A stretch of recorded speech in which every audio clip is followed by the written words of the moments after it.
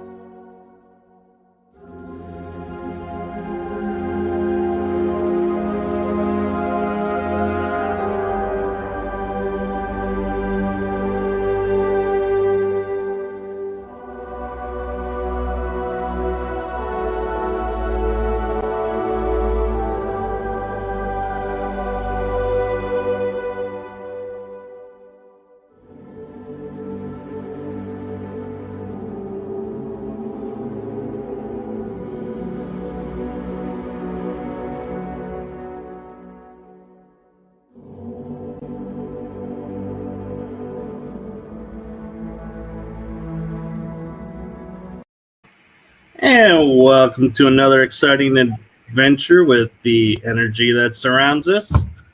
I say adventure because, as you can see, my co host Carla is absent tonight, unfortunately, due to allergies.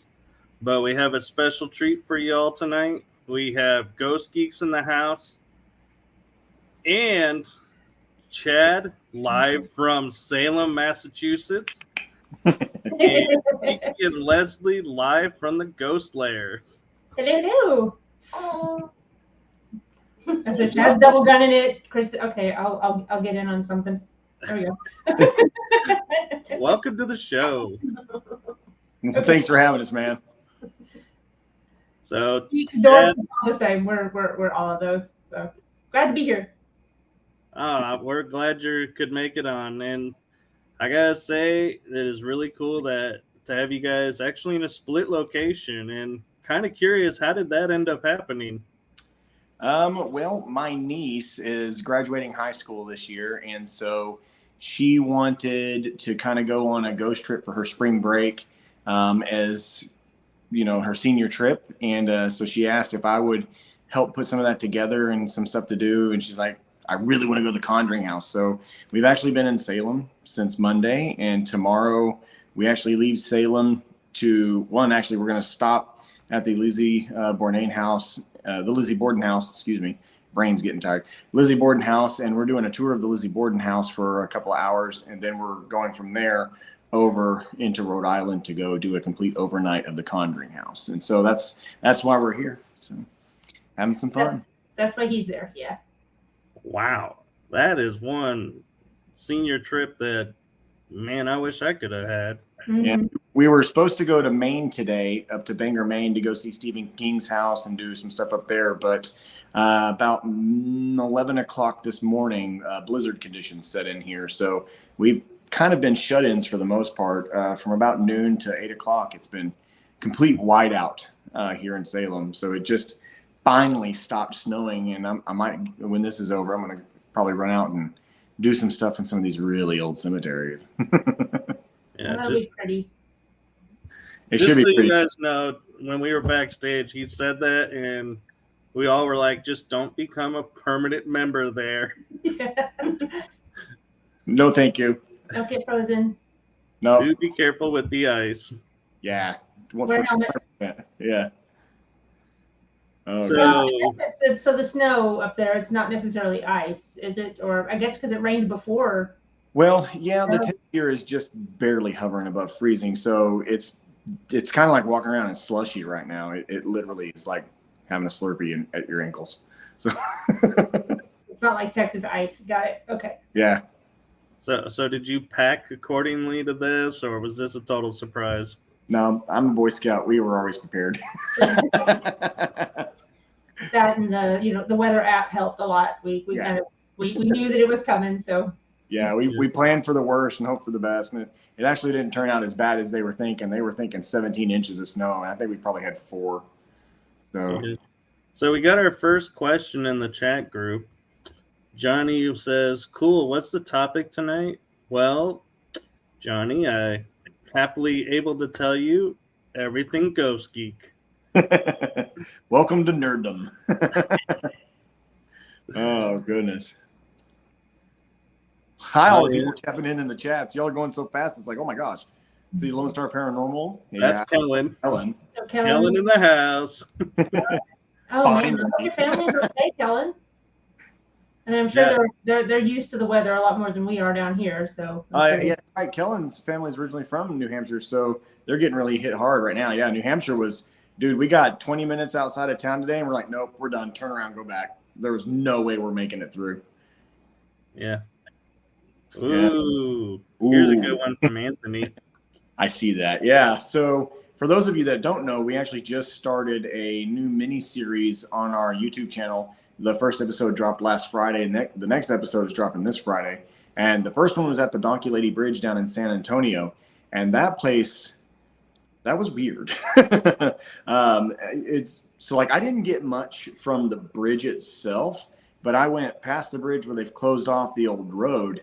And that's where things got creepy. Like I saw something run across the road, and I couldn't identify it because I caught it like out of the corner of my eye about halfway to the road as it ran from one side to the other. And then I get down there and there's a trail, and I'm like, okay, it had to have been like a pig or something, because it was, 2 or 3 feet off the ground and just this big black mass. Well, a pig running fast is exactly what it's going to look like, but it made zero sound.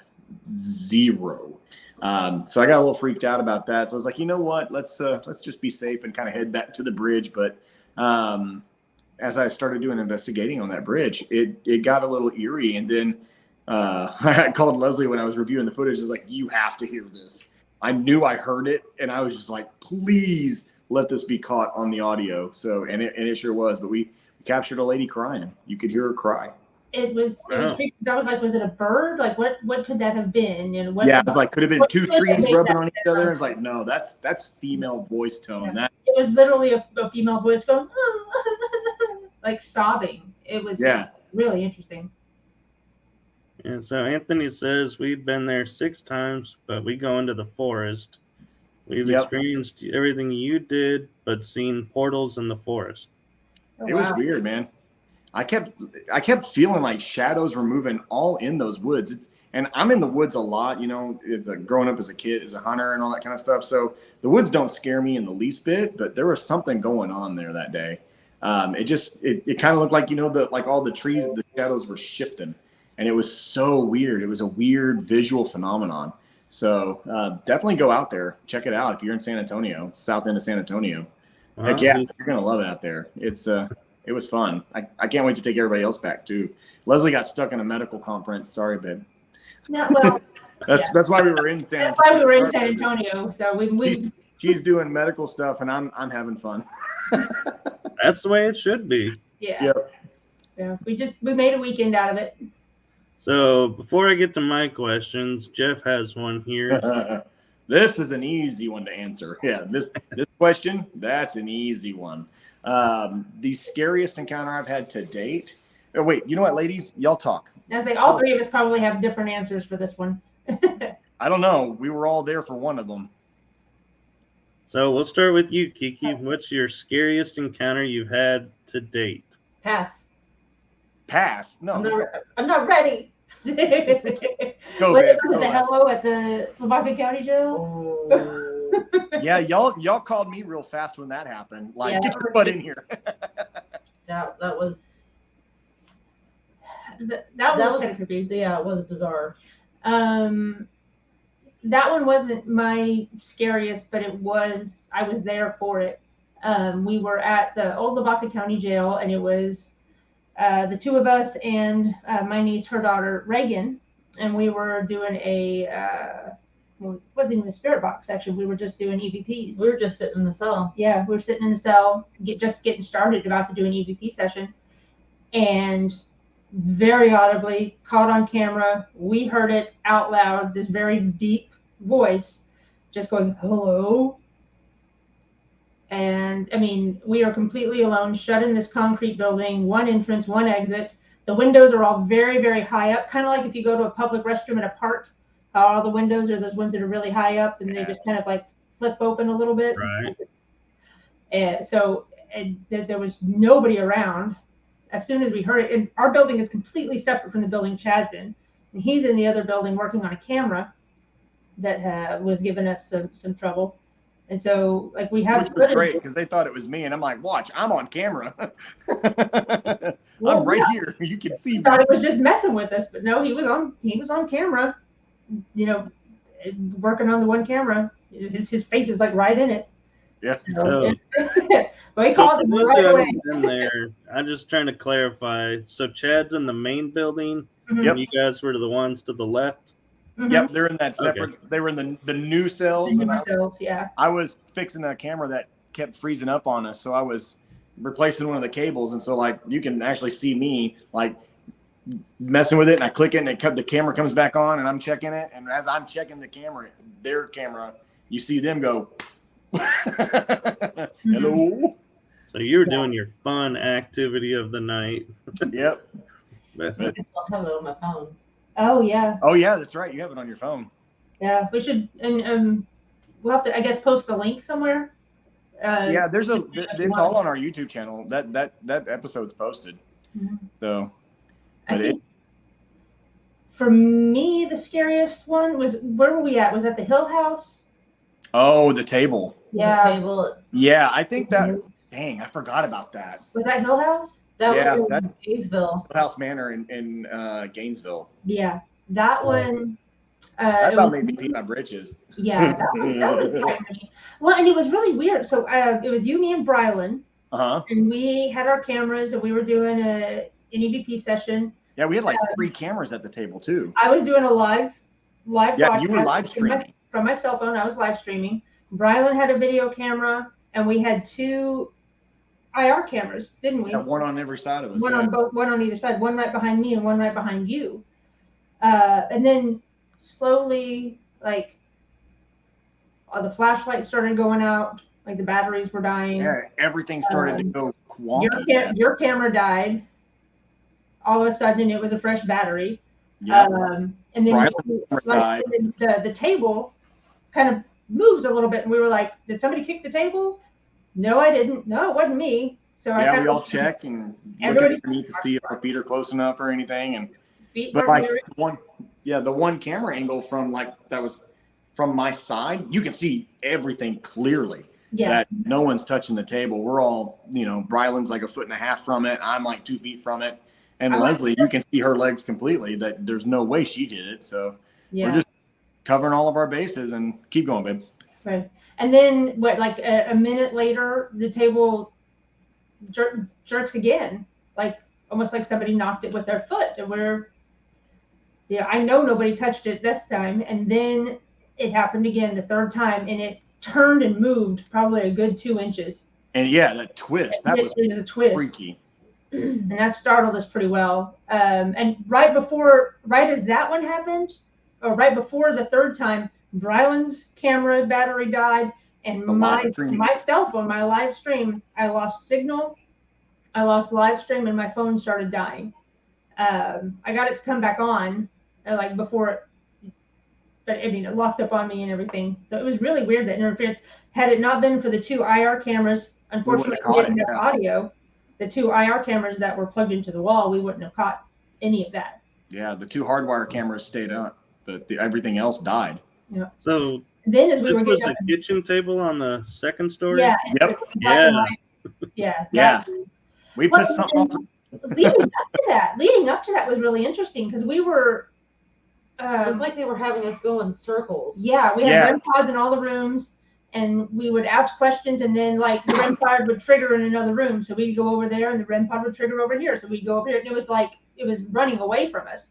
So we all 3 split up and went down. And went different ways, and 4 of them in that back room. And when we got in that room, boy, he didn't, whatever it was, didn't like felt cornered, being cornered in that room. Because as we got up to leave, I was like, whatever this is doesn't want us to catch it. It's taking all of our batteries. It's taking all of our camera feeds. And I was like, let's go downstairs, refresh our batteries, and come back up and try to catch whatever this is. Try to get some evidence of what's happening.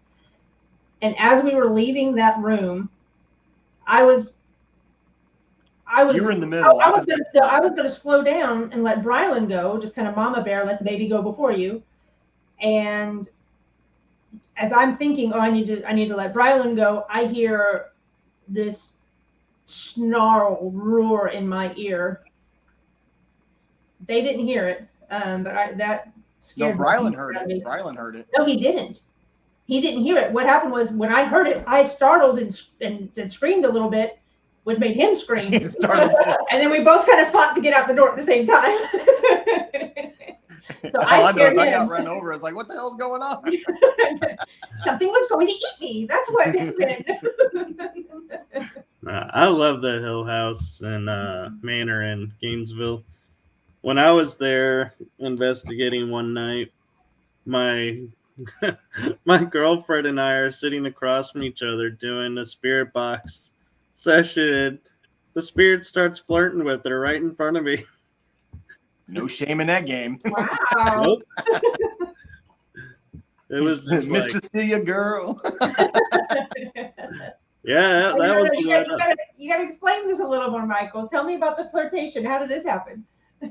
We were just sitting there, and she was like, well, I heard the spirits are, like there's the spirit of this. And I was like, yeah, I've heard that too, but I've never witnessed it. And then all of a sudden it just started flirting with her over the spirit box. And I was like, oh, wow.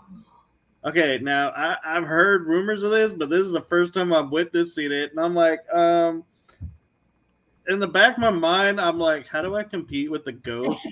You don't have to, luckily. Yeah. Got a point. She got a point.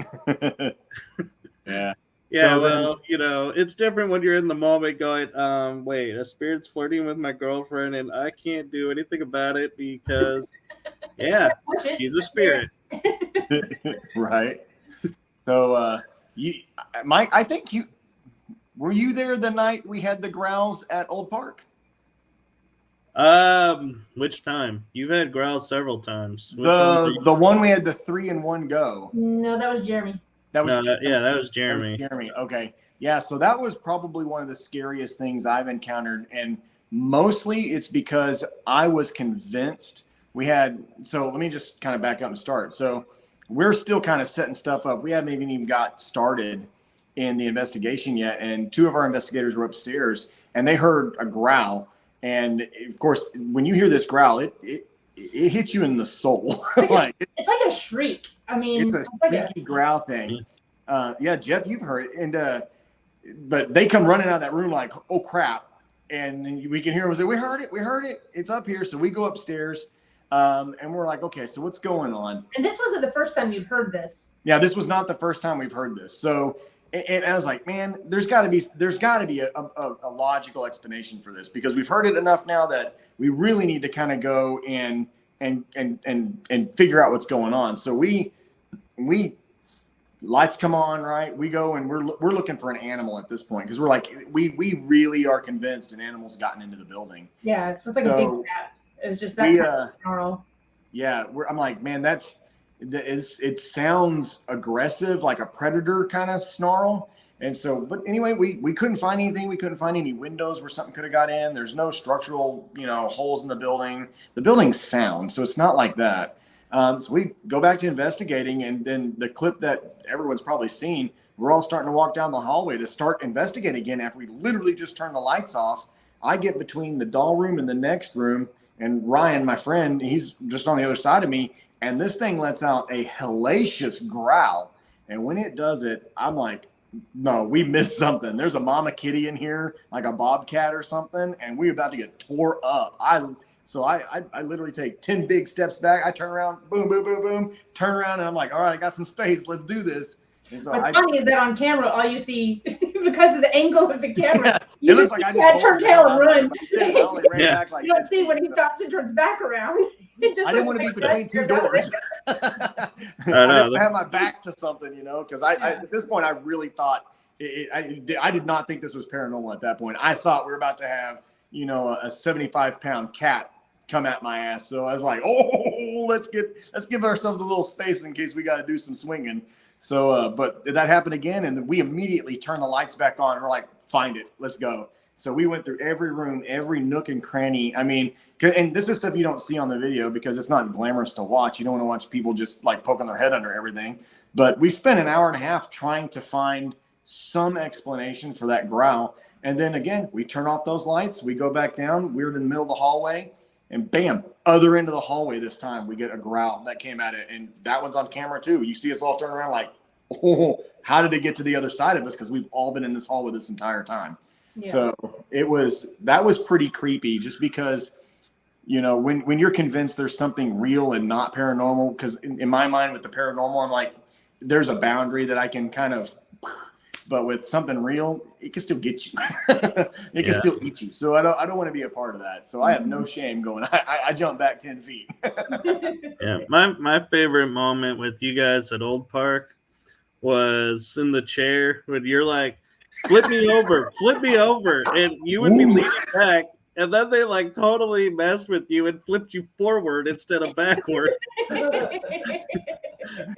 Hey, ask and you receive, right? Not expecting that.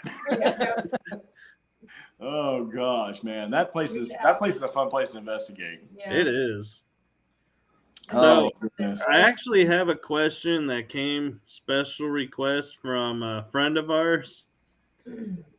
They want to know, have you investigated Fort Walters military base yet? No, we have not.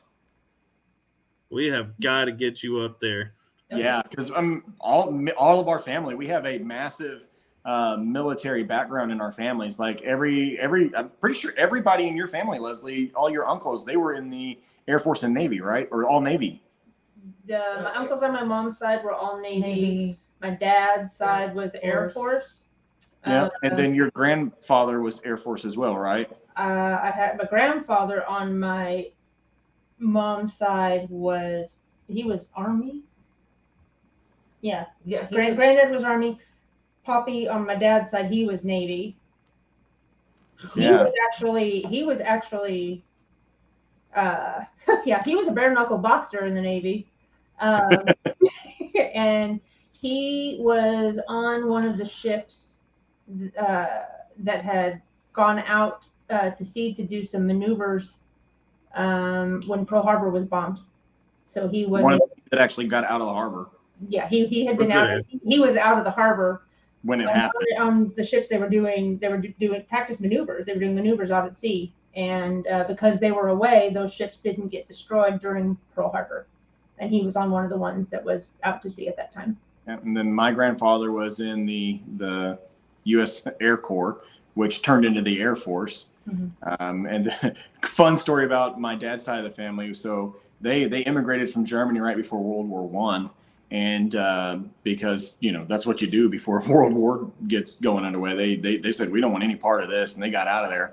But they immediately turned around and signed up for the U.S. draft to go back and fight against where they just left. So that's how you do it, folks. If you're going to leave oppression, you better get ready to go fight it again. So, but that happened to both sides of the. They didn't let him join though because they were. We have his draft card where he was denied. They wouldn't let him. Wow. Yeah. He's like, I just want to shoot, not bad guys. Like, Yeah. No. It's kind of funny because too soon. Both of my parents' families are from Germany, and they came before World War II. Mm-hmm. And a lot of them were drafted, but my mom's dad was not allowed to be drafted because he was the last son. All his brothers were able to go, and he was like, I want to go. And they're like, nope, we can't let you go because one has to remain. Yep. And it was like, it was interesting looking it up, like you're saying, is because you see draft cards for the U.S. Air Corps, and you're like, U.S. Air Corps? Yep, they turned into the Air Force, yeah. Yeah. So they used to be a branch of the Army, and then they broke away and became the Air Force. So yeah, what's crazy is my grandfather was 19 when he fought in World War II as a fighter pilot, which is insane. Mm-hmm. I can't imagine being 19 and being given a friggin' one of those military piston engine airplanes and just be like, have fun. Yeah. Like, here's the keys to the Mustang. Don't crash it. Yeah, it's an expensive plane. Try not to crash it. Yeah. Oh, man. No, but could you imagine they were the first ones that learned to land on carriers? Yeah, that would have been like? Wow. No, because it's hard even by today's standards. I couldn't imagine trying to do it back then with none of the guidance systems and stuff that they have now. That just blows my mind, man. And if the weather was bad. Yeah, right. Mm-hmm. But no, we haven't been to Fort Walters. We'd love to set something up and go out there. That'd be awesome. Yeah. So there you go, Shane. Got your question in. So I know you guys probably get this a lot, but I know you guys enough to know where it comes from, but where did the name Ghost Geeks originate? I blame Reagan. Yeah. My daughter. My youngest daughter. Reagan's our up-and-comer. She's our Ghost Geek in training, getting all of her stripes earned to become full-fledged Ghost Geek into the core family. So yeah, it was her idea. Chad, you're kind of a geek, and we like ghosts. We should call ourselves the Ghost Geeks. And I was like, Reagan, that's brilliant. Perfect. Absolutely perfect. She said, I know. Yeah, but it fits the name. It fits what we do perfectly. Yeah, because it does. We all bring such a technical background to what we do. Leslie's a medicine, I'm a scientist. And if you can't tell with all the crap that's back there, 3D printers and power supplies and electrical testing stuff, we build our own equipment, we test it, we change it, and yeah, there's Grogu in you. And there's the geek. There's the geek right there. Geek part. Now, fun fact is, we were discussing before we came live how the symbol looks like a Pac-Man ghost got together with the minion and had a baby. Perfect. Whatever you want to see and interpret, it's open. Yeah, we call it interpret. Retro nerd. I don't see what else you could see and interpret. Yeah. Oh man.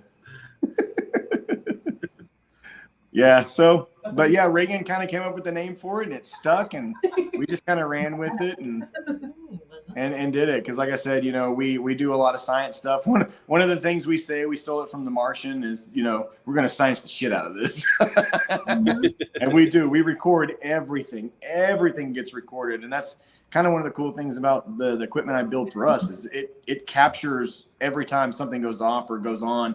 It records that information, not just telling you that, you don't just hear that it went off. You get a data log of when it went off, how long it went off, what was detected, what was the change from A to B. So you get this huge data set. So it's something that we're trying to work on, to build an entire data system where people can share like data log files, so that we can start compiling bigger data sets to do more research. So, and I'm gonna let you plug this, since I'm all about shameless plugs here and there.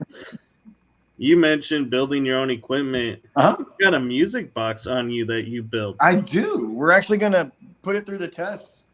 Here she is. It's our little. Where's my camera? There's the camera. So it kind of looks like a coffin. These glow in the dark. There's a speaker under here. You turn it on, and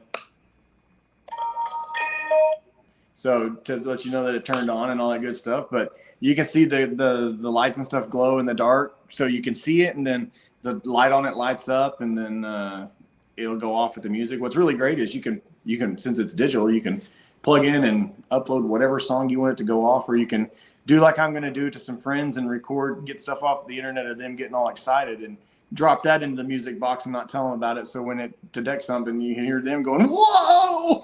Yeah. Hey guys, there's a ghost over here. There's a ghost over here. Guys, hey guys. So You see that? you get to say whatever you want it to say.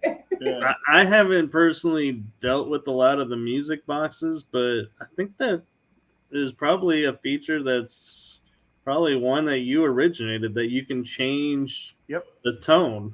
Yeah, and that's the only reason I didn't like the mechanical version.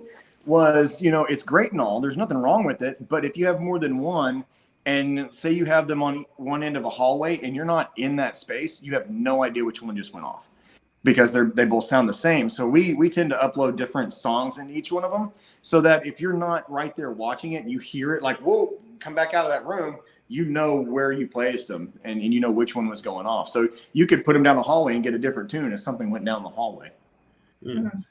So what got you into building the equipment? A lot of it was control, and not in a bad way. I wanted to make sure that sensors were shielded. I wanted to make sure that I could prevent interference.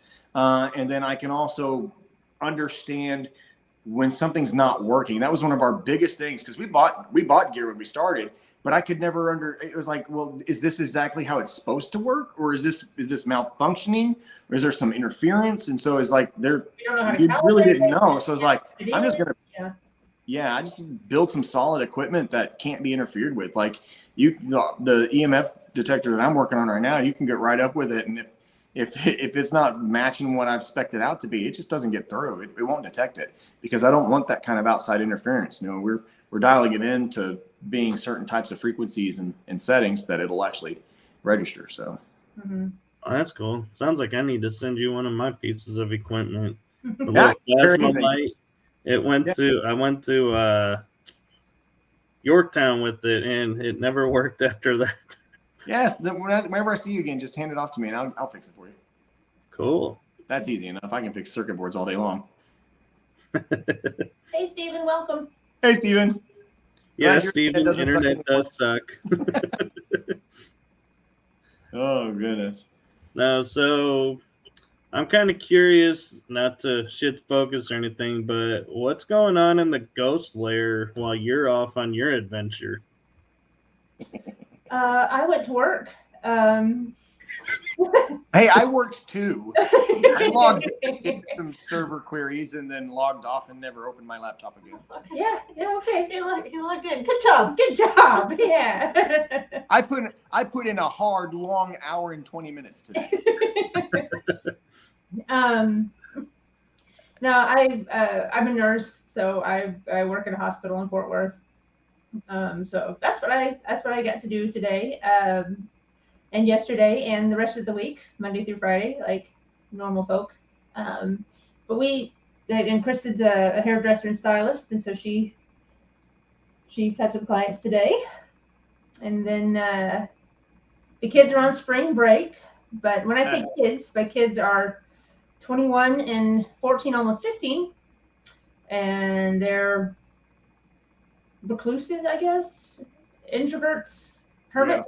Yeah. Hermits is a good term. Anyway, Well, they grew up in a geek house. What do you expect? They got the technology's too good, and the internet's too fast, and I can't ever get them out of the room. And my son's best friends, they've been friends since he was like 16 or so, but it's the same group of guys that have been playing video games and for 5 years now, but they're all in Europe. And there's one that's he's in the Air Force now down in South Texas, but the other ones are in Europe, and they've been best friends, since he was like 16. And my daughter, even all of her school friends, like they don't go and do sleepovers anymore. They just chat online. Yeah, they have virtual sleepovers, Dad. Yeah. I blame FaceTime for that. Yeah. Discord. So, oh goodness. So Leslie, not to put you on the spot anymore, but I'm gonna ask, what brought you out of videographer, photographer, professional status to becoming a nurse? Well,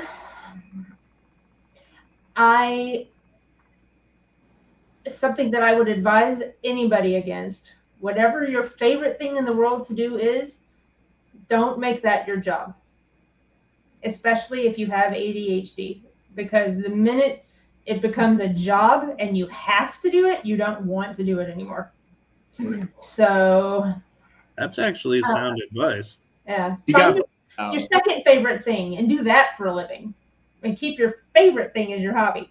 But and that was it. I mean, we had You ran that studio for like 12 years though. So, I mean. Yeah, and it was great while the kids were young and before they went into school, and I could keep them with me. And I love photography. I absolutely love it. But I was getting burned out with the behind the scenes, the culling through the images, the building the albums, and the back end editing. That was the stuff that I struggled with the most. And I just kind of got burnt out on it after a while, after years and years and years of it, and got to the point where I knew that I was not, I don't know how to phrase it. I didn't care enough to do my best. And these are people's weddings and people's, most important events of their life so far. And I didn't feel like I was, I was at the point where I knew I wasn't going to be able to do them justice anymore. So I kind of finished out the weddings that I had already committed to and kind of phased myself out because it wasn't going to be fair to my clients. And then went to nursing school, which was something that I started out doing before the whole photography thing happened. I had started working on my prereqs to get into the nursing program, and then I messed it all up. Yeah, then we found out we were having our son, and had kind of a difficult pregnancy. I was kind of put on a modified bed rest, and this was 21 years ago, before you could do online classes. So I dropped out of my classes. I finished the semester I was in, but then stayed, and I just had to drop out of school at that point and get a real job. And but the whole photography and video thing was kind of wonderful, as far as the flexibility to stay home with the kids during the week or take them to the office with you and just keep them home with you. That's cool. So I'm kind of curious, did you ever, when you were reviewing photos, knowing what you know now, capture anything in those photos? And then back then, though, you didn't know about the paranormal, so it's like, oh, that's a glitch. There was a lady in white. Yeah, tell me about this. Refresh my memory. Oh yeah, the lady in white. Yeah. She was like in every picture. It's kind of crazy. At every wedding. No, sorry. I know it's a serious question. Sorry. They're called brides. Yeah. It was a bride. At least it's not a bridezilla. I think there was a client of ours that contacted us once and asked who this person was that was wandering around in their photos before at an art. What was that couple's name? Oh. Do you remember them? Because they thought somebody like had crashed their wedding, but we're like, that person was never there. Hagen, something like that. But yeah. They got the wedding was at an art museum. Okay. And I went through all the photos and called them and I I made an album for them and then all their images on a disc. So they got it all, and then afterwards she was like, so when did this she asked me about who this person was and if it was part of our team, and because she didn't recognize the person, and I was like, nothing weird. And then knowing what I know now, I don't know. There could have been some things that I thought were glare or some things that I thought were just dust specks that who knows what they really could have been. And had I known what I know now then, I might have looked deeper into it, but nothing that really stood out. We didn't do weddings in cemeteries or in haunted buildings that we knew of. So that you knew of. There were some very historical buildings that we've done events in. Yeah. It wouldn't surprise me if you went back through old catalogs worth of all the imagery that you might find something. Fun project, maybe. Maybe. All right. Yeah. So, Chad, did you ever DJ any of the any of the events she was videoing? Yeah. Oh yeah, I've DJ'd and done live music at some of these places. So, and there are some places that have given me the creeps. So. That's always fun. I think I was moving around. I was focused too much. I didn't really focus. Yeah, your world was right here. Yeah, that's all I saw. All of this. So yeah, there's a lot of pressure for me as a wedding photographer. The moment only happens once, and you don't get to redo it. So if you're not focused and you're not paying attention and you don't capture it right then you miss the shot altogether. Right. I will say the load in and out at the Fort Worth Club. It goes underground because you have to go in an elevator and it goes down, and then you have to walk down this 500-foot hallway that's underground. The load out coming back after the end of the event, 3:00 in the morning. There was one time I was in there and I couldn't get the elevator to fire back on. It's this damn thing won't work, and then I heard a door slam, and I thought it was security coming to help me fix the elevator, but no one ever showed up. So that was creepy. I remember that. And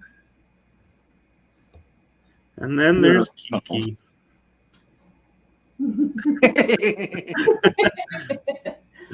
So Kiki, and according to the bio, you're the one that likes the debunking and researches the science and everything. Yeah, she does. She does a lot of the. Let's bring it back down to earth for a minute. Before you get all crazy making it your way. Yeah, let's go back to my way. It's just calm down, calm your pants down. And you know what? I absolutely love it when Kiki hits the brakes on us and it's everybody just calm down. And Chad, I need you to count to 3 and give me 2 big breaths, man. Come on. Why don't you go outside and take a walk? Yes, ma'am. She pulls the mama rank. Yeah, Mama Kiki. Yeah. Sorry. It's okay. I'm not sorry. It's perfect. It's balance. That's what it is. No, I enjoy it when I'm around. Yeah, you've seen her do it. Oh yeah, she's done it to me. Yeah, just breathe. Michael, shut up and just stop. Yeah, just stop. When she does it to you, she'll go shh, and then you keep talking, and she'll just put her finger on your lips and go shh. Yep. She does. Yes, ma'am. Okay.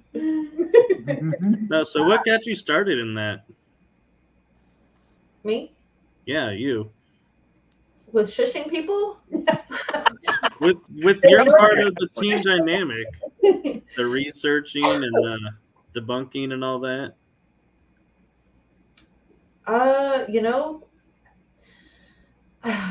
think it was during COVID. It was my youngest daughter Reagan's birthday, and couldn't have a birthday party for her because nobody was going to come. It was COVID. Oh, don't leave your house. So we did see something on for an overnight paranormal investigation, and we ended up going to Miss Molly's in the Stockyards. That's in Fort Worth. It's in Fort Worth, and I asked her, I was like, "Hey, what do you think about doing an overnight paranormal investigation?" She said, "Yeah, all right, yeah, let's do it." So bought tickets and we went, and we'd never done that before, and it felt very weird. And people were loud and saying, "Oh, well, they're having an experience and they're possessed." And Reagan and I are just like, "I don't know what's happening. Let's just go to bed." So we just went to bed, and we laid there like this the whole night, like, "What's happening? Why are people screaming?" That's how it started. And she was like, the next morning, she said, "That was fun. We should kind of do this for a living. Yeah. Let's do this more often. Let's go investigate new places." And I was like, "Okay." So we went to there was another event at the Old Park Hotel, and I told Leslie and Chad about it. Chad was like, "Hey, I want to come," and I was like, "All right, dude, let's go." Yeah. And we went, and we told him we need to do this for a living and investigate more places, and this is great. And he was like, Done. "Done. We're doing it," and we did. So I remember when I said, "Hey, Kiki, I just formed an LLC. You ready for this?" And she's like, "Wait, we're really gonna do this?" And I'm like, I remember. "Hell yeah." Here. Okay. So Wow. those three were the original founders of the Ghost Geeks. I drug her into it because she goes, "You know, you're gone a lot." And I was like, "Well, you know, you could go a lot too." Yeah. It was like, well, why don't you want to do this? You just, you don't believe in ghosts. I was like, no, I don't go because I do believe in ghosts. And it kind of creeped me out. So I just don't really want to expose myself to that. Yeah. Hey, babe, why don't you show them how you watched The Conjuring with me the other day? On my phone, like this. I glance up every now and again just to kind of follow along, but then I don't watch scary movies. Now I will go to a Halloween haunted house. I love those, Right. but I cannot watch a scary movie. I don't know what's wrong with me. Whereas I can watch a scary movie and have no problems, but I can't go into a haunted house. Yeah, I like the popcorn. I'm just like, yeah, this is great. Just give me more popcorn. Yeah. So now we watch scary movies begrudgingly on my part, and we go to the Halloween haunted houses, and we go to the real haunted locations too. So, So wait a minute, you guys go to haunted houses for Halloween, but you haven't gone to Texas Scaregrounds at Fort Walters? No, we went there. We went there Oh. for the Halloween thing, but we haven't investigated there. Yeah. We went to the haunted house because we saw you, but we didn't actually go investigate. Ah, okay. Yeah. Yeah, I thought I remembered you guys being there once, but then I was like, wait, were they there? Yeah, Had you said that you've been to Texas Fairgrounds, then I'd have been like, oh yeah, totally been there. But Fort Walters was not a name that I recognized. Apologize. Yeah, you didn't go with us when we went there. Okay. You were working. You got called in. Oh no, haven't we been to Texas Fairgrounds before? No. Well, they were at the Nazareth and they were in Kennendale before. Wait, were they the one? Okay, wait a minute. So Shauna Lee Anderson runs it. Because we live in Kennedale. That's why I was like, wait a minute. Okay, they were in Kennedale. Yeah. Yeah. Okay, I might know where they were. The one in the warehouse space right across 287 from us. I think that was them. That might have been them. So Kellen wrote in, says, I don't like scary movies, but love being in haunted places alone. Ha ha. Yes. Those movies are scarier than ghosts. And you know why? They are. The suspense is like. But do you know why they're scarier? They have a soundtrack. Yeah, it's all the noise. If you took me on a ghost hunt and played the soundtrack the whole time, I'd probably shit myself. Yes. Yeah, so I'm not sure this is going to work or not, but let me see if I can find it. Kellen sent me an EVP from an investigation. So let me see if I can play it on my phone and if y'all can hear it. Was this one we did with Kellen? This is Fort Walters. Oh, okay. Did you hear it? I think that It's a woman's going stupid.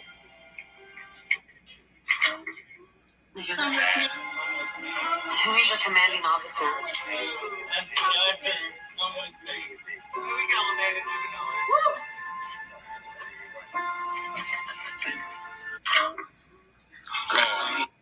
So it's a voice that came out of nowhere, and I was there that night, and this little girl in the bank building, because there's 2 buildings, says, "Come play with me," or "Come with me."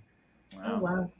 And that's what started the whole phenomenon around everybody wanting to go check out Fort Walters. There's a little girl on the military base, and we had people said they got German EVPs because it was a German POW camp. Interesting. Ein Minuten bitte. It'd be fun to go speak some German there, huh? I should bring Eli with us. Bring Eli. Our son speaks German.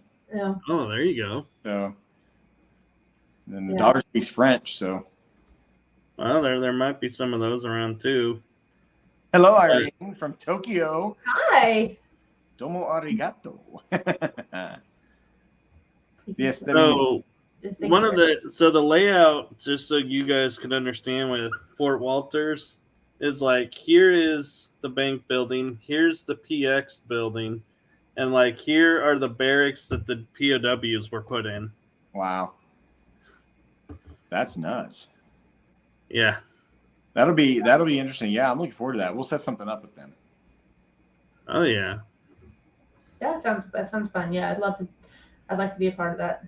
Especially So since in October, it runs as a haunted house, the Texas Scareground. So it's left up, so you got to maneuver through everything in the maze, but everything's turned off. And everything's turned off. You were there for that, Michael. Yep. At Broken Bow when the spider went off. Oh, I got an even better one for you. I was just there with Stephen Woodard and Catherine in January doing our investigation because they won the investigation from the Christmas show. And an animatronic spider was going off. Now, so everybody's like, whoop-de-doo, an animatronic spider. But do you remember when it went off on us, what we did?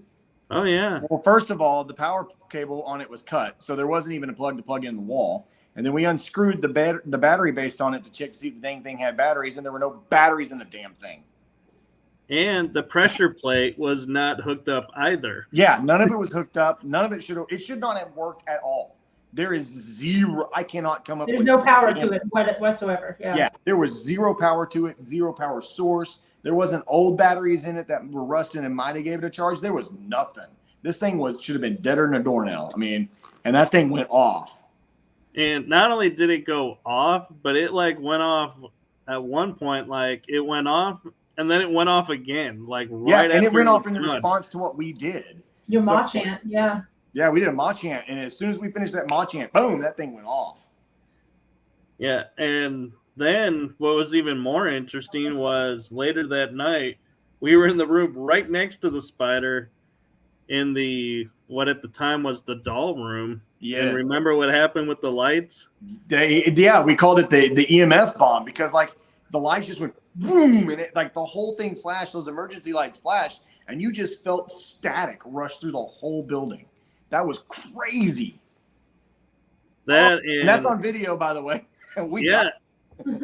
And I even got on video where you were talking through the lights. And it would answer 1 flash for yes, 2 for no. Boom, boom. That was EMF. That's why it breaks my heart knowing that place is about to go away. I know. That was sad news. We have one more investigation there, in 2 weeks. Mm-hmm. Not this coming weekend, but the next weekend. So we'll be for our very last time. Here's hoping it's not snowing. I think it snowed both times I've been there. Yeah, 2 of the 3 investigations that we've been there, it snowed on you. Actually, I was there for those 2. There was one that you guys were on, and it snowed so bad that I was the late one arriving, and I had to turn back because the roads were like black eyes, dark, Yep. and I was like, Yeah. nope, I gotta go back where I know what's going on. Yeah. Because it's Sean, just the trooper, he kept on coming, man. He Yeah. made it through. John's crazy. yeah. We love Sean. We do. But yeah, so the funny thing about this though was the spider at the PX, Mhm. it went off twice. And I stepped on the pressure pad and I felt the pad, and of course it jumped and everything. But then I would stand there and I would step on it every way I could, walking by it every way I could, never went off. Huh. I could never duplicate back to back it going off. It was like it went off, and then it was like an hour later it went off, That's nuts, and man. that's it. There was no, like, you could say, well, that's on the timer, but it only went off twice. Yeah. So nobody's gonna set a timer that's 2 times a night. Yeah. That's Thank you for coming. Yeah, no. Exactly. Exactly. Oh, you guys got some fans in the chat group Hi, coming in. Bob. Captain Captain Aviation. That's Aviation. Ryan. Hey, Ryan. Oh, Ryan was there for the first Ryan was there trial. for the screams. Yeah, he was. Yeah. Jeez. I think he was there for the second one. He was there for the very first time we ever The had. very first. Tell him about the first time you heard that growl. Okay, so- John. And the first The time made me shriek. think something totally different until it started happening again. Because the first time we heard the screams, Old Park has never had anything that was even remotely rough. Like, it didn't really have anything mean-spirited until this stuff started occurring. So I don't know if there's some transient spirits that are coming across from the jail or something. But every now and then you get a roughhouser in there that does it. But the original growl that we heard happened, I guess it's coming up on 2 years now, 2 years ago. And we were there with a couple of pilot friends of ours. There's a little airport right there in Ballinger, and we all fly in with our airplanes and go there. And we were investigating the second floor, and we were just kind of creeping down the floor because we were seeing some, like, when things are starting to get really active at Old Park, the back of the building starts to look like somebody set off a fog machine. You can actually see fog kind of roll through the hallway, and it just gets Yeah. It does And- get very mystical. It's weird, right? I've never It had is. another location do that. Old Park's the only one I've ever seen do that. But we were sitting there and we were watching it. And we started taking pictures, and we were getting faces, one after another, faces down the hallway. 2 people, 3 people, 1 person, 2 people, 4 people. And it was really weird because it was like they were coming and going through a portal or something. Mhm. And we started asking some questions, and all of a sudden you felt the whole house go still, almost like the earth stopped moving. Even it was so still, and all that sound like black hole explosion, like it goes, and it was just this void of nothingness for a split second. And then all of a sudden we hear this scream, and this scream got louder and louder until the point we actually had to put our hands over our ears because we're like, what the hell's going on? Like, part of me's thinking, is a semi truck about to come blast into the back of this hotel? And this is his brakes squeaking up and screeching down. But man, it scared the bejesus out of us. And it turns out that night was the night the previous owner of the hotel passed away. So our initial theory was this was a one-off thing. The hotel and all the spirits in the hotel collectively mourned at the same time when this person who was a really long-term caretaker of the hotel passed away. Right. Mhm. So Kellen was But saying, then the shriek has happened again. Yeah, we're not the only group that's caught it now. So, which is good. yeah, it's been validated. Yeah, it's been validated now, but is it good? I don't know. But I would love to. Everything has happened as long as that initial time where it just started and got louder and louder and louder. Yeah, the first time it lasted a solid 30 seconds. And I mean, we actually had enough time to stand there because we had no idea what this was, because it started off loud, but not like crazy. And then it just got louder and louder until we're just like, what the hell is going on? I mean, it was deafening. Mm-hmm. It was deafening loud. And Well, what was and crazy is our recorders, Yeah. audio recorders, didn't record it. There's nothing on those audio, because we came out there, we grabbed every one of those audio recorders in my grid, and we're like, oh, we got this. Nothing. Yeah, on the camera, you just see these guys backing up, like looking at each other, like what's going on, What's going on? and then like covering their ears. Fire. You just see that, but you don't hear you don't hear what they're responding to, and then Yeah. which makes it so much different than the other times that they've caught it because you've heard it on the audio captures. We've been Yeah. able to capture it since then. Yeah. So, Yeah, we've been able to capture it since then, but that initial time, it did not record on audio, and we had a recorder all the you way put to it back in the corner now, Michael. It's fine. Yeah, we had a big Kiki, small. Put us back in the corner. The baby back in the corner. nobody puts Kiki in a corner. I know. But yeah, that's what made that first time really significant was we always run with what I do as an audio grid. I put recorders everywhere because I can actually run math on distances between recorders to tell you exactly where sound came from. I can actually triangulate it and tell you exactly where sound came from. It's a technique that I think I'm the only one that's using. If I'm not, then by all means, congratulations, you're doing it with me. And we waste so much time listening to audio, but but I set recorders everywhere to create a grid so that I can, and I actually plot down how far apart each recorder is, because then I can go and use a decibel meter and figure out how far from one recorder to the other it is based on how loud it is on one versus the other. And you just triangulate that through. And I can tell you, that was 38 feet from one recorder to another. And there it was here in the hallway, and that's where the sound was recorded. But that first one, nothing. We were all flabbergasted. Like Ryan's in the comments. Ryan, we were flabbergasted that was not on a recorder. Like, how's that possible? We had our hands over our ears. It was so loud. Yeah, and talking about triangulating, it was kind of interesting because when we were at Myrtle's plantation, I think a couple weeks ago, we heard a door close, but we couldn't ever find a door that was closed. And in my room and the room next to it, we had EVP recorders going. And so I'm looking to go back to re-listen to it because unfortunately I didn't stop it and start it. So it's like a nice 10-hour chunk. Yep. I know exactly that pain. So it's like I'm going to be in. And I said to George from Mad G's Smack Talk, and I was like, it's going to be really interesting to see if your recorder picks up the door, my recorder picks up the door, whose is louder. Yep. Because then it tells us which room it was in. Bingo. And I didn't even think about, like you're saying, which one was even closer too. Yep. And that's why we set out so many recorders, is we just want, especially at Old Park, we always put one in the front so we can immediately negate any foot traffic that's on the sidewalks or from the restaurant. That one absolutely knocks all of that out. I can scrub that completely from any other recorder. And then I can, we put them down the halls downstairs, down the halls upstairs, off in the rooms on the other ones.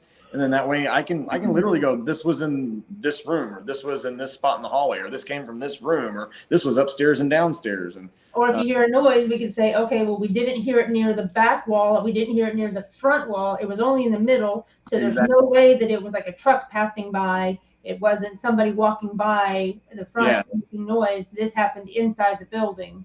Yeah, this was middle of the building where this sound was heard. So it happened upstairs, not downstairs. So it was only upstairs.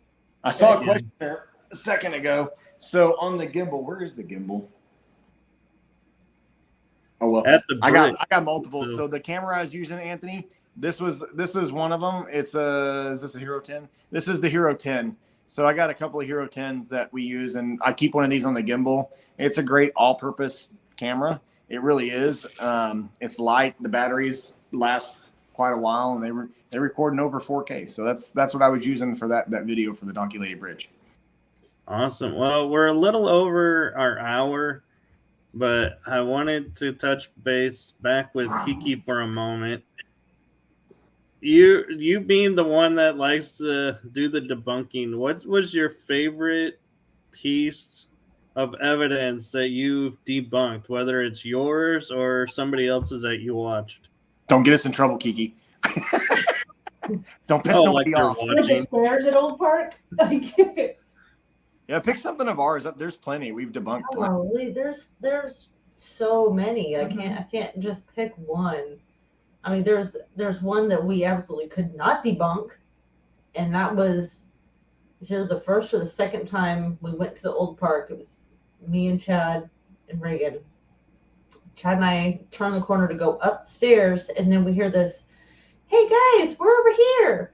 Yes. And it was underneath the stairs, like going down the back to the back hallway. And we are both like, I'm followed right it. here, and he's right here. And we both lean over the banister to look that way. And then we looked at each other. Did you hear that? I heard that. Did you hear that? I heard that. That was down Yeah. there. We thought we were going the wrong way, so we went down the stairs and went in another room, and we're like, There's nobody downstairs. Where'd the hell they go? Upstairs. so that was crazy. That's gonna be my most favorite one. It was, Debunked tape. Debunked tape. Ryan. Every time. How many times has Tate gone, guys, did you hear that? And Kiki goes, Tate, calm down. Oh. Well, and it's, you hate. Tate's a good friend of ours. He comes on an investigation. You hate, we love it when people are really excited. Ooh. And we hate, pulling the rug out from under their feet or trying to, diffuse their excitement. But sometimes when people are in a really excited state, they jump to conclusions or they allow They live their themselves to imagination believe things that are easily debunkable. So Yeah. she debunks tape. I debunked tape. Yeah. I'm even trying to think of things because I make everybody on our team look at every piece of footage that I think has potential to be evidence. And I'm like, no, if you have even the most weird explanation for it, I want to know because it's coming off the evidence list. I want stuff that you just go, well, I got nothing. Yeah. Like, Yeah. that's the kind of stuff I want to move forward into our episodes is the stuff that you literally go, I got nothing. Or you go, yeah, the only option there's a lady under the bridge that was crying. Yeah. I think one of my favorite things. But I put the drone down there. I looked. There was no one under there.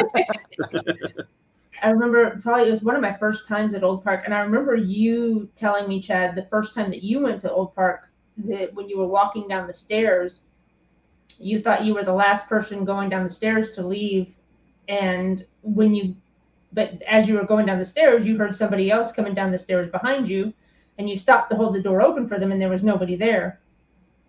And so you were kind of freaked out about that. I remember the first time I went, I had the same experience. Like you walk down the last 4 steps, and it sounds like you walk off, and 4 more steps happen behind you. Like and there's nobody there.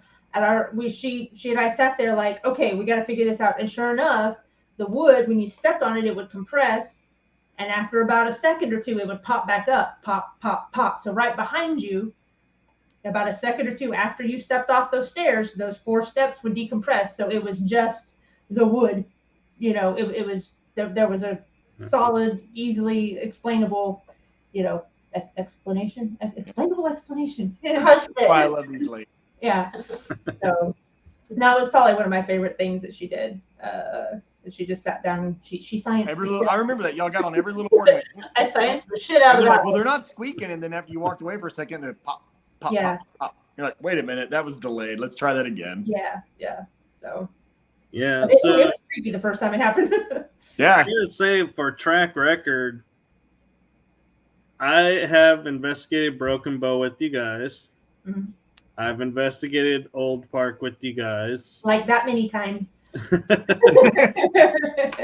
So definitely got to go with you guys at Fort Walters. Love that. Done. Yeah. And if you're not doing anything March 25th, I'll send you details for our last Broken Bow. I think you already told me you were doing something. Was it Jefferson?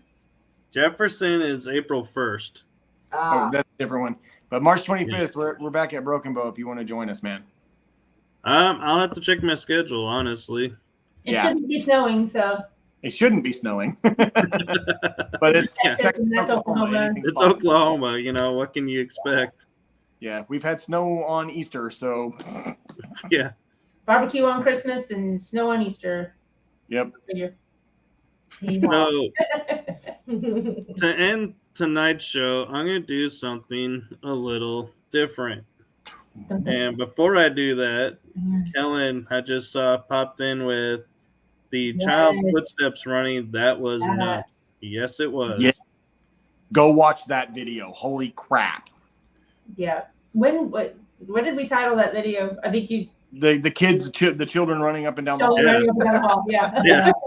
Because we were sitting in that room going, somebody's messing with us. They're going up and down the hallway. Because we were getting to the point where we were going to stick our head out and be like, hey, can you guys like stop for a minute? And then we're like, wait a minute. There's nobody there. Well, and it's funny because like the second or third time we heard it, we were about to stick our heads out the hallway, like to And then the music box went off. and then Michael walks in, and we're like, oh, okay, I think Michael got it. Yeah. And then we heard it more. Yeah. What can I say? Plausible deniability. We give back Michael. Yeah, but then everybody was in that room and we heard it and we're like, there's no one left. Yeah, everybody Yeah. was in that room. There was nobody else left except for, I guess, Dan and. Or is it Trish? And that's the one we were sticking our head out. Go, Trish? Oh yeah. Yeah. Trish, is that you? Please Yeah. don't say my son. Like, please don't yell back at me. Yeah, that one was a trip, and it was funny too because She got me a couple times that night. Yes. yeah, She's so quiet. And then she'd like hover in the dark and be like, do you see that shadow? And she'd be like, it's just me. Yeah, she got me in the back room, man. Yes. You were Yeah. there. Like, I kind of walked around the corner and there's that little hall, like that bathroom that splits the two rooms. And I walked around and I didn't see her because she's like right in the shadow. And as I kind And of she's stepped like into this it, I tall. bumped into her and I went, oh, it's you. She's like, Never even Super saw her there. quiet. It's like, oh my God. So still. she's so still and so quiet. You don't even feel her presence, and you just Yeah. I know. It's like She's awesome to have her on investigations because she never contaminates. She needs to, she needs to go work at one of these haunted houses too. The scare ground. She would be perfect. Oh my. She would be perfect. Like, Oh, she doesn't make any footstep sounds either. Like, she walks on air. I don't get it. She's a I hobbit. know, and the other thing that night, Chad, remember when I was at the corner door frame and I'm like, something's matrixing in the hallway, and you're like, yeah, and I'm like, let me see if I get it on my IR camera. You're like, nope, that's not gonna show up on the IR, and it didn't. No. Yeah, I mean, He's like, we're "That's not gonna looking show right up." at it, and it was like, it's not showing up on IR, so it's some other kind of light spectrum that we're seeing that's a visible light source, but it was not on IR at all, but we were staring it down, man. Mhm. I know, and then it's like, I gotta admit, I was like a little frustrated with the ladies because all of a sudden the flashlights went right on it, and I was like, and it's gone.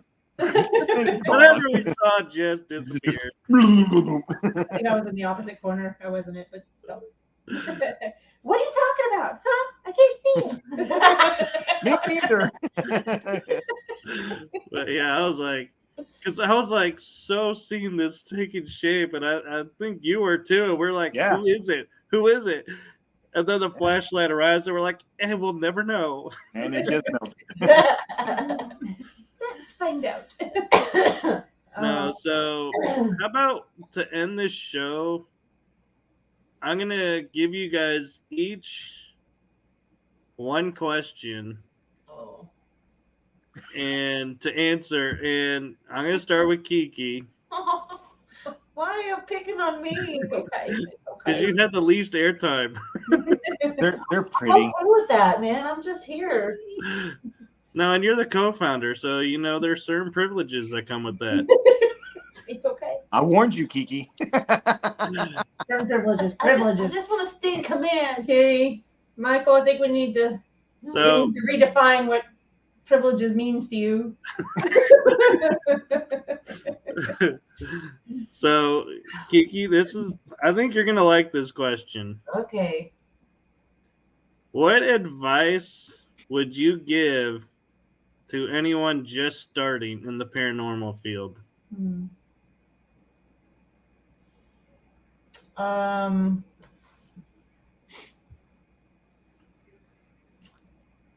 Definitely be quiet and listen. Just sit and listen and see what you hear and try and shut everything else out.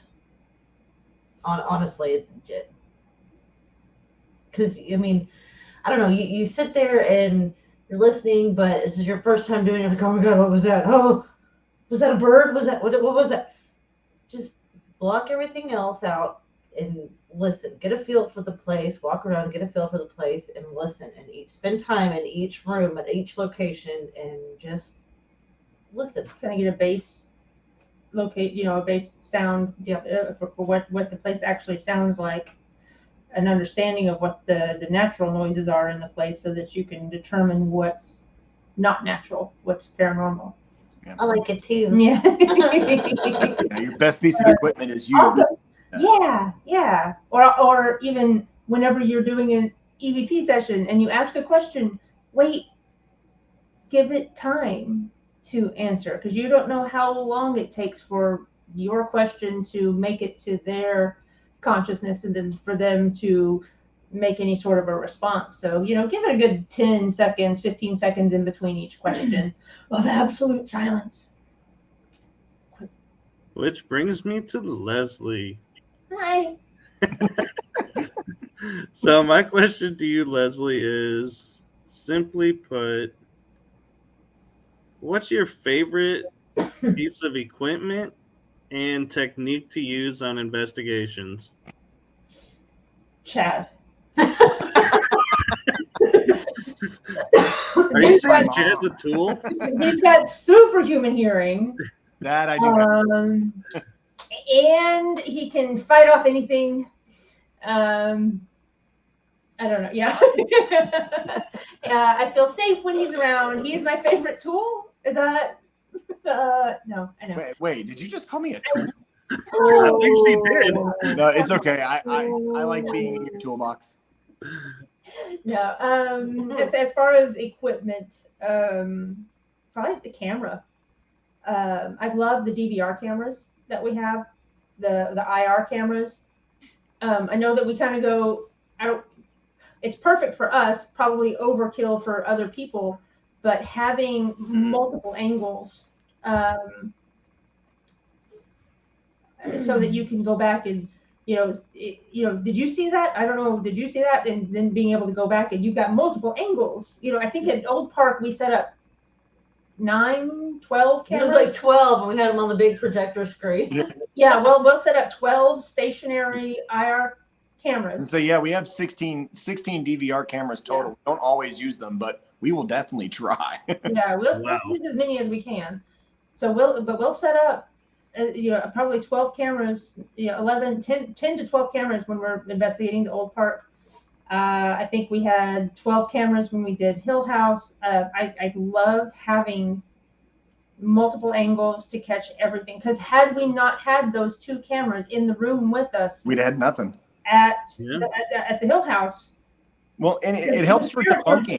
Yeah, they were draining our batteries. Yeah. Had it not been for those hardwired cameras, we wouldn't have had any footage of those tables moving. No evidence of that whatsoever.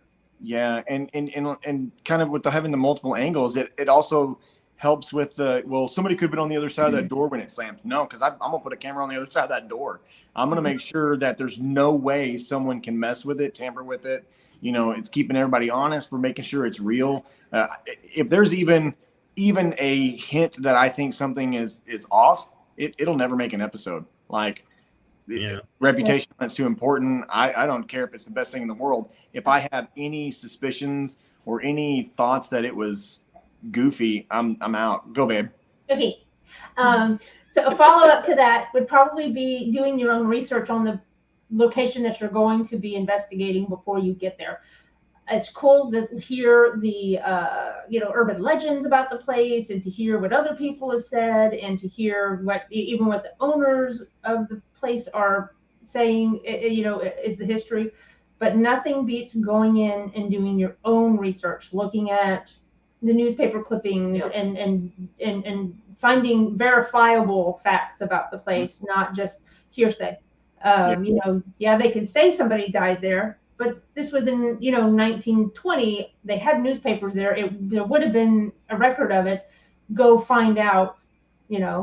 Or they're saying this house is 200 years old. Well, in this area, it doesn't seem like any buildings would have been 200 years old. you can go and find out about the building records and see when it was actually built.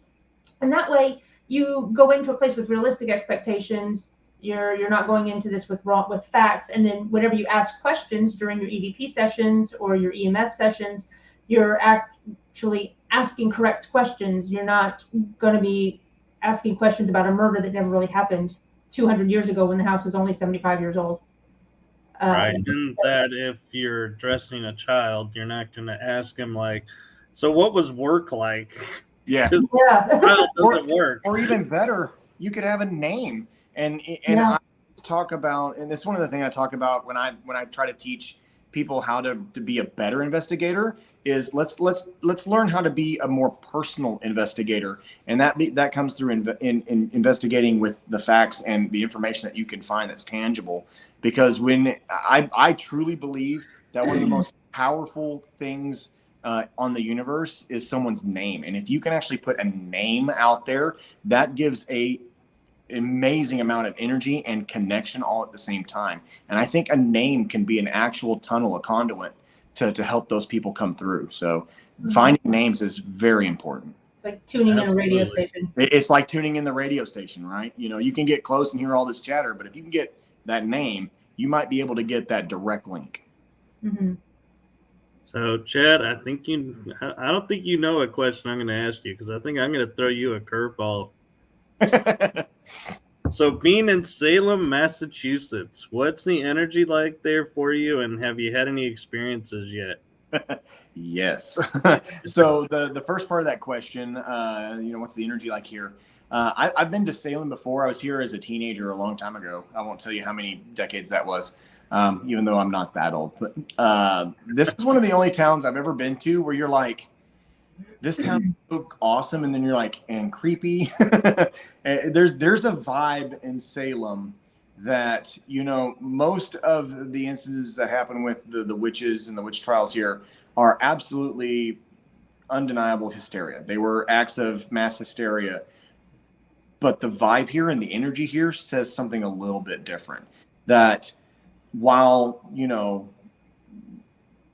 the majority of the people most likely had nothing to do with witchcraft, the vibe here says that someone did. Someone did.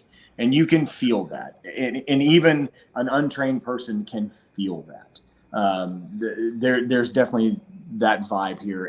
And whether that person was really caught and was a part of the witch trials, I couldn't tell you. But you can tell this town saw evil. That you really can't tell this town saw some evil. And experience here, actually, yes. Last night, I kept getting something grabbing my leg in my bed and wouldn't let me sleep. And it wasn't like tugs on the blanket. It was full-fledged, boom, like grab my leg, little yank, and like, whoa, hey, what was that? And I don't startle out of bed easy, but that one got me. So I had a couple of times last night that I like shot up and was like, whoa, what's that? But this town's full of that. Yeah. So did you pick the place you're staying at because it's haunted, or? Because this building has a really cool history. So I'm staying at the Hotel Salem, which is right here off the courtyard. Like literally, the old burying point is right behind this building. So you've got Judge Hawthorne, who presided over all the Salem witch trials. It's literally 300 feet from me right here. This building was once kind of like a Macy's kind of thing for men's clothing, and it was what else they say it was a shipping center for something. It was part of mercantile storage stuff. So the building's really old itself. You seen what he's saying here? Yeah, Ellen. Yeah, dang it, Kellen, if you hadn't told me that, I could tell you exactly what that. That's how The Last of Us happens. Oh, really? Because it's one of the funguses we insure against for our crop insurance company. Are you sure? Are you confusing the Salem witch trials with The Last of Us? Cordyceps, the fungus. But no, I mean, there's got to be some truth to that. There could have been That's a zombie. that contaminated water supply, food supply, caused problems. I mean, it could also been just like it was in the stories that kids got caught being stupid, and rather than accept responsibility, here's a recurring theme over history, right? And rather than accept responsibility for their actions, they blame others and push that off and cause problems on them, and it cost the lives of 20 people. Yeah. Yeah, we were talking about this the other day. What were we saying? If I really was a witch, and if I would have just gone around accusing anybody in my way. So Right? It could That's have been that actually, I too. think they were I mean, finding that's what actually was happening. if like, you oh, have I really competing want that property, huh? Maybe, maybe they're a witch, and I can go ahead and get their house from them. And, yeah, but get 'em but they out. were like, if I was if I didn't want to be accused of witchcraft, I would have started accusing every judge, every magistrate, every authoritative figure of witchcraft. That way, anybody who even thought of accusing me of witchcraft would be too afraid to do it because they. Anyway, that I was. We were And honestly, that's the kind other of what day. it turned into. Yeah, they 'Cause there actually was- found. Go ahead, Chad. I was gonna say, because there was more than just the 20 people that were executed, that were accused. There were like 200 that were overall that were accused. So Yeah. So, but to hit on your point, Leslie, there was a point where they found some documents that I believe it was the dad of one of the accusers, was about to lose his land because I think it was either failed to pay the money on it or somebody else wanted it. So the daughter started accusing a lot of the people of witchcraft that were going to get the property from her dad so he could keep the property. yep. Interesting. Well, So there was some of that going on of, I My don't like witch- you, you crossed me, so you're gonna get named as a witch. Yeah. And there was no way to really disprove it. I mean, it's like your options are death and good job, you're not a witch, or you don't die and guess what? You're a witch, so we're gonna kill you. yeah. Or the third was, we're not quite sure you're a witch or not, but to be on the safe side, we're still We're gonna gonna kill kill you.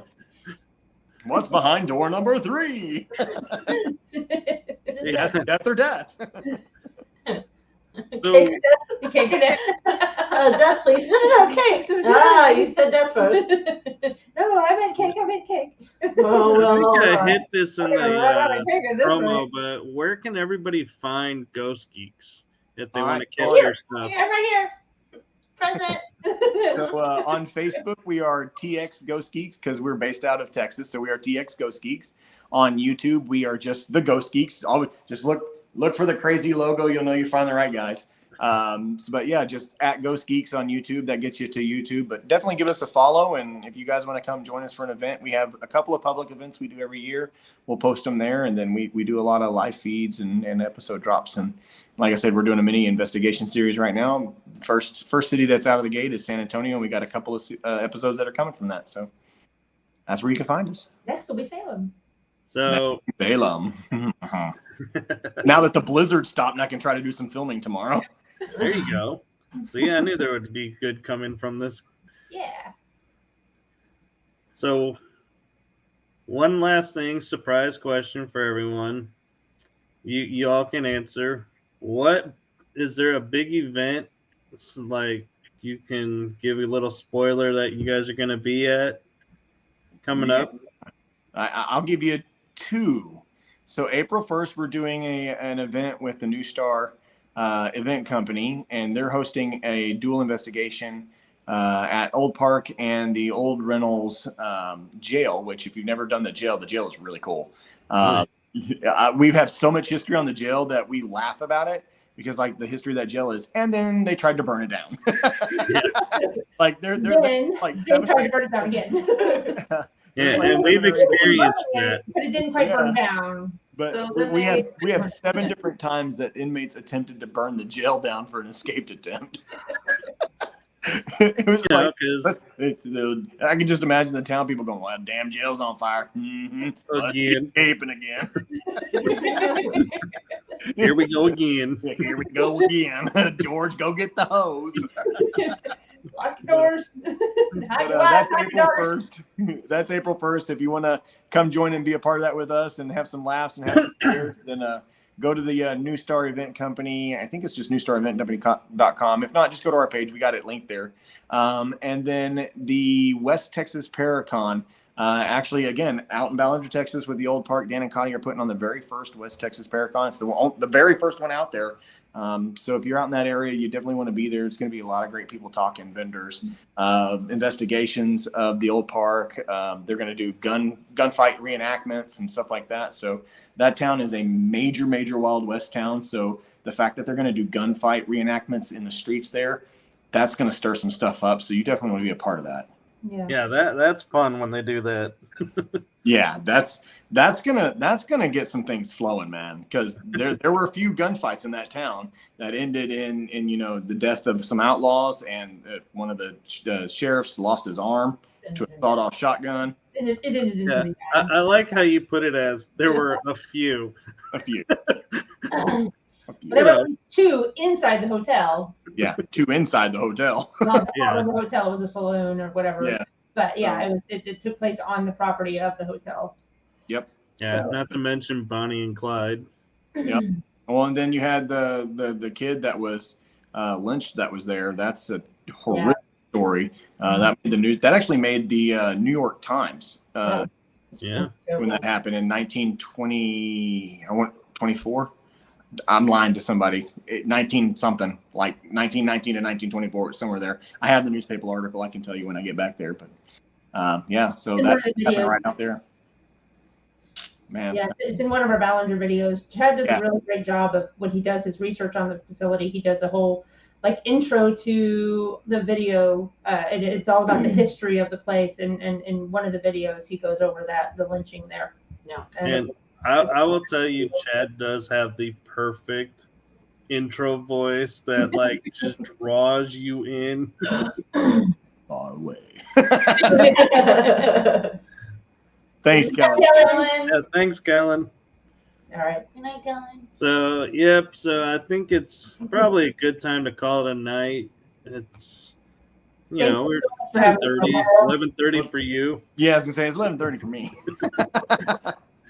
So I appreciate you all coming on, and I gotta say this was a cool experience having one in Massachusetts while the rest are back here in Texas. So that was kind of a fun treat of, spreading it out and bilocating.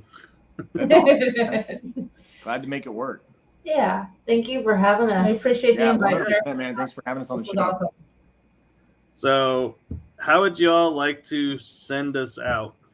Oh, keep searching because the answers are out there. That'll work. That works. We'll go with that. Yeah, I like. Yeah. And break. Chase the adventures. The adventures. Yeah. Did you hear that? Me too.